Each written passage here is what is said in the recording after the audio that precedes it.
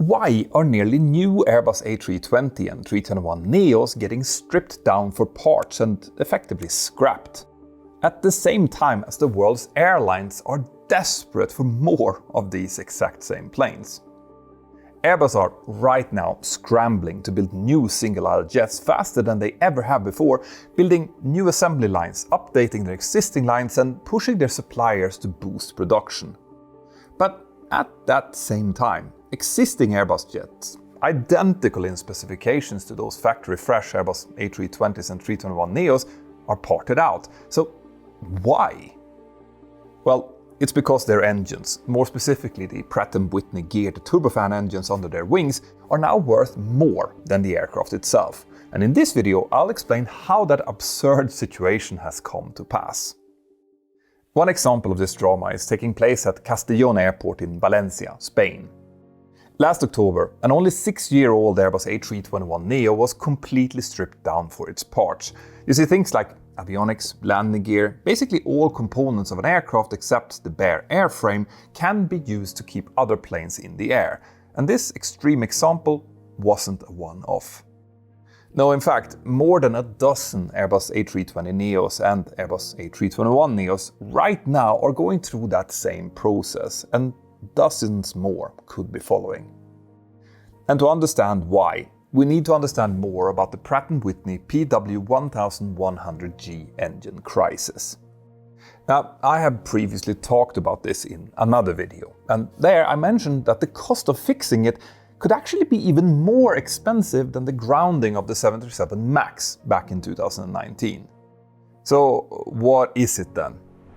Well, basically this problem is affecting engines produced over a period of nearly 6 years, and it has to do with a manufacturing defect discovered inside of the affected engines, which is proving incredibly difficult to verify and fix. And because of that, hundreds of aircraft fitted with those engines will now need to be grounded for weeks, or many cases for months, until they get their engines back and can resume flying. Now, Pratt & Whitney's geared turbofan is an incredibly efficient engine, which is also a lot quieter than its predecessors. It and its competitor, the CFM LEAP, are effectively the reason why both Boeing and Airbus decided to re-engine their 737 and Airbus A320 families in the first place, because without them, it wouldn't have made any sense. With them, both manufacturers got efficiency improvements of between 12 to 14% from the engines alone, plus another couple of percentage points from airframe efficiencies. But CFM and Pratt & Whitney chose different ways to achieve those huge engine improvements.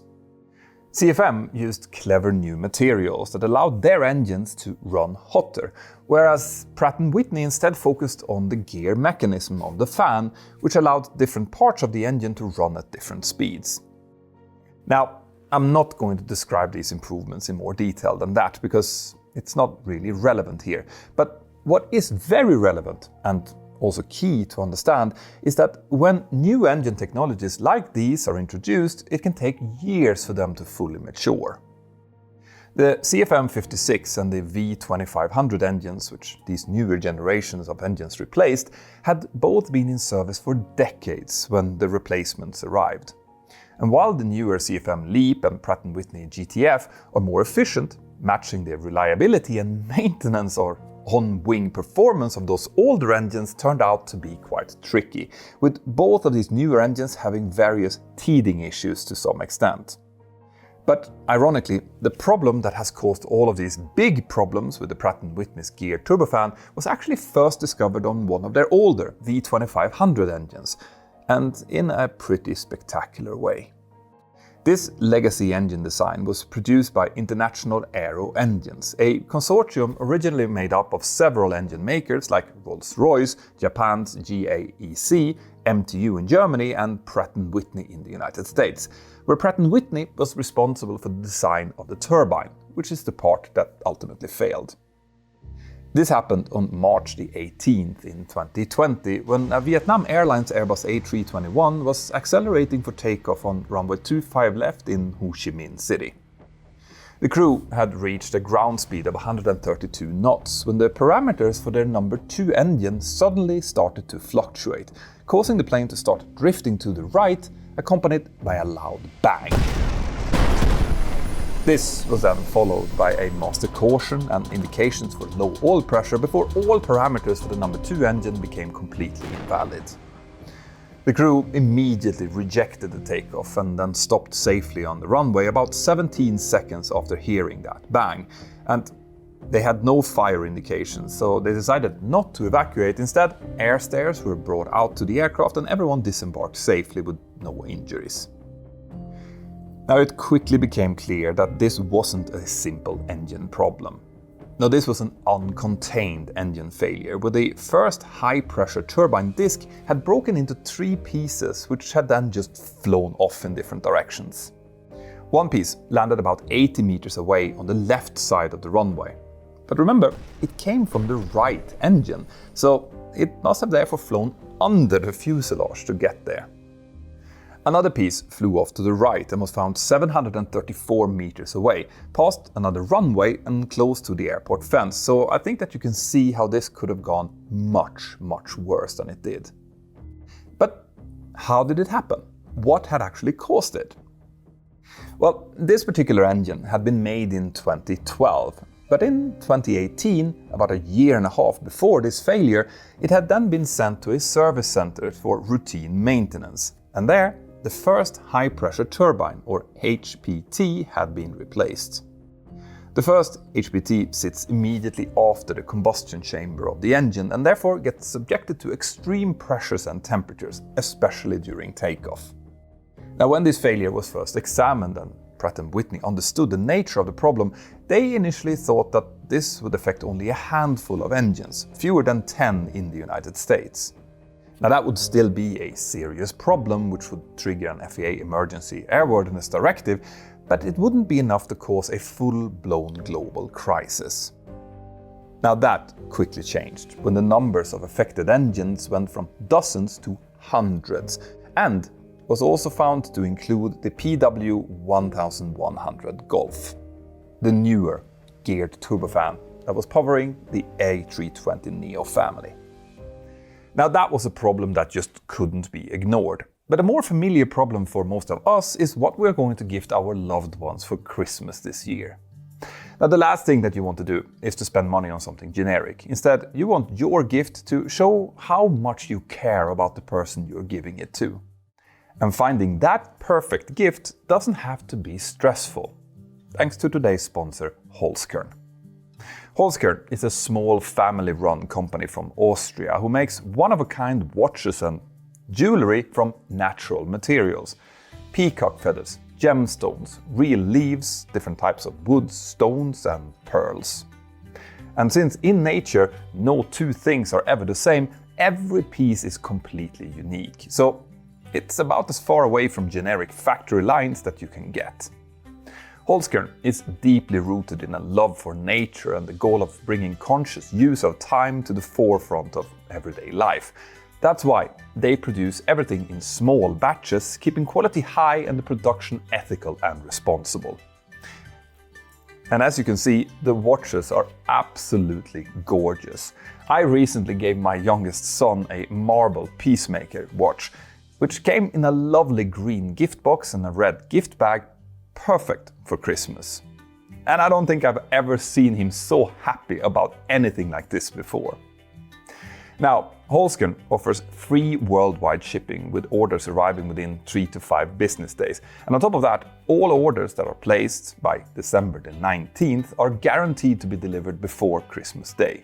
So click on this QR code, the link in the description, or go to holzkern.com/mentor and use the code MENTOR NOW for an awesome 15% discount on everything on the site. Thank you, Holzkern. Now let's get back to those troubled jet engines. The problem with that first high-pressure turbine disc on the old V2500 engine and several other first and second discs that were discovered later was that they featured what Pratt and Whitney called an undetected subsurface material defect, which could affect the life expectancy of the part. Basically, the integrally bladed high-pressure turbine rotor discs, or blisks, were made using metal in powder form, which somehow had been contaminated with other materials during manufacture. Now, these materials weren't entirely foreign. Instead, they had come from the tools that were used during the manufacturing process, and that unfortunately meant that this contamination had gone undetected for several years. It later turned out that the turbine discs made using this faulty process had been in production between Q4 of 2015 and Q3 of 2021. And initially, we were told that around 1,200 engines had been affected in total. But some sources later put that number up to 3,000, meaning basically all PW1100G engines produced during that period. Still, initially in 2023, when the full scale of the problem was revealed, Pratt and Whitney believed that it wouldn't turn into a crisis because they figured that the affected engines could just be inspected during their regular maintenance visits at engine shops. But that would turn out not to be the case. Some engines, around 200 of them, had to first be checked more urgently because of the flight hours that they had already accumulated. And then another 1,000 engines or so would need to be inspected within a few months. So with this, it became clear that this process would become a nightmare for Pratt & Whitney and their customers. You see, on average, each of these engine repairs was initially expected to take around 150 days to complete, and that was only the work time needed. The actual wing-to-wing time, meaning the time each engine would have to spend off the aircraft, would actually be much longer, between 250 and 300 days. So why was that the case then?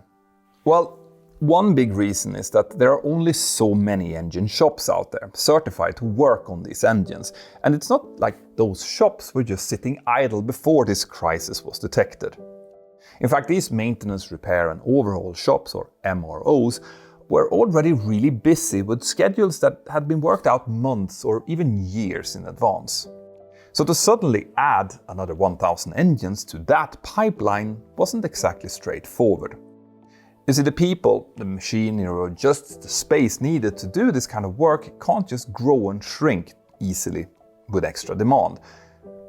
Now, gradually the number of shops that was doing this kind of work eventually did increase, which helped, but then there was the question of the availability of spare parts. Obviously, Pratt & Whitney are doing everything that they can to make more of these high-pressure turbine discs available, but here they soon ran into another problem. As I said in the beginning, Airbus are cranking out new Airbus A320 and 321neos as fast as they possibly can. They're currently making over 60 of them per month, using 10 final assembly lines in France, Germany, China and the United States. And the plan is to boost that monthly production number up to 75 per month by 2027. Now, each of those new jets obviously need 2 new engines, either Pratt & Whitney PW1100Gs or CFM LEAP 1 Alphas. And both Pratt & Whitney and CFM have been struggling to boost production to reach these new levels. Pratt & Whitney are still in talks with Airbus to increase their share of engine production enough to allow Airbus to go from 63 to 75 neos per month. And obviously, the production of extra spares to replace those contaminated parts has to therefore compete with the demands for more and more new engines. The result is that as many as 636 Airbus A320neo family jets with Pratt & Whitney's engines are now stored or grounded. That's about a third of all aircraft that have these engines. And this number may also include some brand new planes fresh out of Airbus's assembly lines who are waiting for those new engines. The slightly better news for Pratt & Whitney is that with the increase in shop repair capacity that they have managed to squeeze out over the last couple of years, they've now made it possible to complete these engine inspections in less than 100 days when spare parts are available. And they have even developed new additive manufacturing technologies to make this feat possible. Production of spares has also doubled and repair capacity has gone up by around 50%, but for some airlines and some airplanes that still isn't fast enough. When Go First, an airline in India went bankrupt a while back, it cited the fact that the aircraft were so frequently grounded due to engine issues as one of the reasons, although some of those issues actually dated back to before the powdered metal contamination issue. A more recent example where this specific problem played a role is with Spirit Airlines in the United States. You see, Spirit's fleet included quite a few aircraft with these affected engines, and while that wasn't their only issue, as I have explained in a separate video, it definitely made their already tricky situation much worse. Now, it is hard to judge the full scale of the problem and its effect on airlines, given the whole post-pandemic situation and associated strategy changes by various airlines out there, but companies like Wizz Air in Europe, JetBlue in the United States, Indigo in India and Volaris in Mexico have all been negatively affected by this to some extent. By the way, the older V2500 engines and the newer geared turbofan engines are not the only ones affected here. The same problem is also affecting a very different kind of airplane. You see, when they were figuring out the severity of this problem, Pratt and Whitney discovered that the same contaminated powdered metal had also been used to make turbine components for the F-135 engines of the Lockheed F-35 stealth fighter. But weirdly, neither Pratt nor any of its customers are particularly worried about that. And that's because even though those fighters use their engines pretty hard, they're not flown anywhere near as much as airliners are in terms of flight hours. So that means that existing maintenance checks and service intervals for those planes and their engines are so frequent that in practice the flawed metal will have no effect on the longevity or operations of these planes at all. But what options do the airlines and lessors have who definitely are affected? Well, this is where we finally get to those unfortunate 6-year-old Airbus A321neos that are being stripped down for parts in Spain. You see, the simple economics of supply and demand mean that Pratt and Whitney's engines that happen to not be affected by this failure, or that have already been inspected, are now much more valuable than ever before. So what happens if you have a pair of these engines sitting under the wings of a plane that's maybe in storage doing nothing? Well, if you are a leasing company that owns this aircraft, you would ideally want to lease the entire airplane out to a new airline customer, for example, but that's not always so easy or practical. To join another airline's fleet, this plane will then likely need to be repainted, its interior will need to be changed, and there might be other less obvious but still expensive equipment differences that also need to be sorted out. So if the airline that considers leasing this parked A321neo already has an Airbus A321neo of its own configured correctly, but whose engines won't come back from the shop for another 6 months or more, then it makes much more sense to just lease the 2 engines from the parked plane to get their own one flying. And that's even if the lease costs of those engines is the same as the cost to lease the entire plane, which incredibly now is the case. According to Cirium, renting out these engines can now bring a lessor around $200,000 a month, which is as much as what it costs to lease a whole new Airbus A321neo. Now here you might think, well, that kind of makes sense, but why would that mean that those almost new aircraft would need to be taken apart for spares? Surely, even if sorting out this engine problem takes several more years, eventually it will be sorted, and when that happens, then we should have too many engines and too few planes. So why would anyone scrap 6-year-old planes even if they're missing their engines? Well, one problem is that even in sleepy airports with plenty of available parking space, like the one in Valencia, storing these airframes and inspecting them frequently to make sure that they're in good condition is not cheap. I've already explained that in detail when I was looking at Boeing's shadow factories. You know, the places where Boeing stored their 737 MAXes at super high costs in the aftermath of the plane's grounding. So going back to those stored Airbus A320 and 321neos, once they lose their engines, the rest of the parts in these planes can also be removed and repurposed. And once a plane has been gutted so thoroughly, its chances of getting built back up again are quite bleak, to put it mildly. So knowing that, incredibly, Scrapping them might therefore be the most cost-effective solution, which is a solution that no one really likes. You see, these planes are designed to stay in service for 2 or 3 decades, and even if lessors can make as much money scrapping them as using them, in the words of Willie Walsh, the head of the International Air Transport Association, this situation tells you that something is seriously wrong. But do airlines or lessors have any other options or alternatives? Well, as I already said, the Pratt and Whitney PW1100G geared turbofan is only one of the 2 available engine options for the Airbus A320neo family. So, could airlines switch these planes over to use the other engine option, the CFM LEAP 1 Alpha? Well, to be honest, I'm not sure that it's actually possible or practical to switch already built aircraft from one engine option to another, because other systems in the aircraft could also be engine specific. Let me know in the comments if you know more. But even if something like this would be possible, the airlines and lessors buying these jets make separate contracts with the engine manufacturers and the aircraft makers. And backing out of such a contract might come with its own pretty steep costs, even in a situation like this.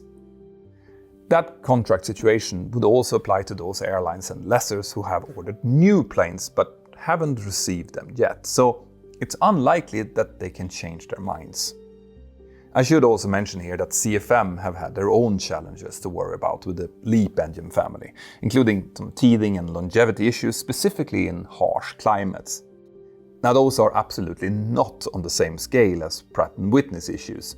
Just to give you an idea, only around 4% of LEAP engine Airbus A320neos and 321s are grounded or stored, compared to 33% of the GTF engine fleet.